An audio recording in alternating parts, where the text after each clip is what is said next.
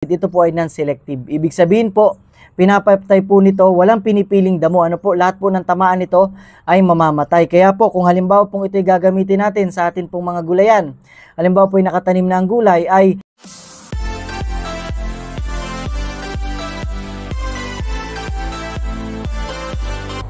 isang magandang araw na naman po mga kasaka. Kamusta po kayo? Ako po muli ito, ang inyong agriculturist. Sumasaludo sa magsasakang Pilipino para sa Pilipino. So ngayong araw po mga kasaka ay ito na po yung sinasabi ko sa inyo na kung saan po yung atin pong in-unbox nung nakaraan, yung pong mga produkto na pinadala sa atin ng Agway Chemical Corporation ay iisa-isahin po nating ipakilala sa inyo. At unang-una pong ipapakilala ko sa inyo ay simulan po natin dahil po ngayon ay magsisimula na ulit ng taniman ng atin pong mga mais, mga gulay, mga sibuyas at iba pa na atin pong itinatanim. So ito pong unang produkto po na ipapakilala ko po sa inyo ngayon ay ito pong Techweed. Ano po? Ito po ay isang uri ng herbicide. Pero bago po ipagpatuloy ay disclaimer lamang po muna. Ako po ay hindi empleyado ng Agway Chemical Corporation. Ako lamang po ay pinagkatiwalaan na ipakilala po sa inyo ito pong mga produkto na ito online. So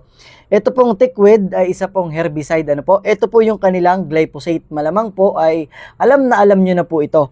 Ito pong glyphosate, yung mga pwede po natin itong gamitin pang clearing.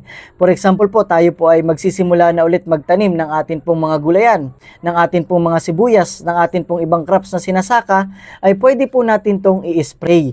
At for example po, mangangailangan din po tayo ng spray dyan po sa paligid ng ating bahay, sa mga daanan po natin, sa gilid po ng mga irigasyon, ay pwede rin po natin itong gamitin ito pong Techweed. Ano po? Ito pong hawak ko na ito po ay 250 ml dahil ito po ay demo samples lamang. Pero kung kayo po ay mangangailangan at bibili po kayo nitong Techweed, ay ito po ay available sa galon.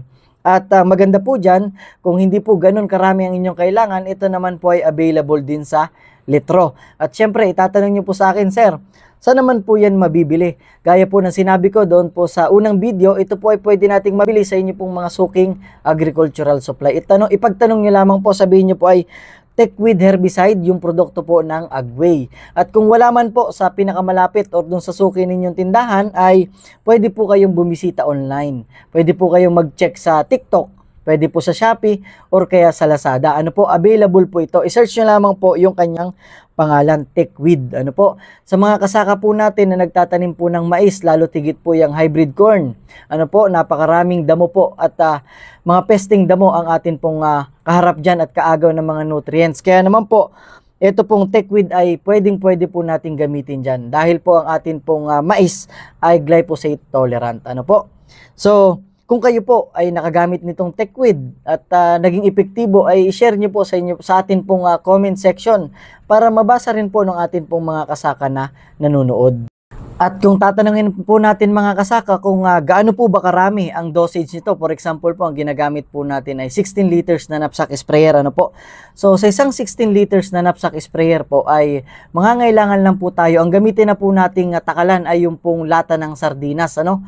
Isang puno po doon, yun po ay 200 ml. So, sapat na po yun para sa isang 16 liters na knapsack sprayer na atin pong i-spray sa atin pong pwede pong sa mga taniman or sa paligid ng bahay. At para naman po sa mga damo na pinapatay nito, ito pong glyphosate or itong Techweed, ito po ay non-selective. Ibig sabihin po, pinapatay po nito, walang pinipiling damo. Ano po, lahat po ng tamaan nito ay mamamatay. Kaya po, kung halimbawa pong ito'y gagamitin natin sa atin pong mga gulayan, halimbawa po ay nakatanim na ang gulay, ay sa baba lang po natin siya i-spray. Hindi po pwedeng tamaan ang mga gulay dahil ito po ay mamamatay. At yan po mga kasaka, sana po ay makagamit kayo ng Techweed herbicide. At kung makagamit po kayo nito ay mag-iwan pa rin po kayo ng komento kung naging epektibo po ba ito. At syempre, kung kayo po ay bago pa lang sa akin pong YouTube channel, ay huwag niyo pong kalimutang mag-subscribe at i-share niyo din po sa atin pong mga kasaka ito pong inyong mga natututunan sa akin pong mga video. At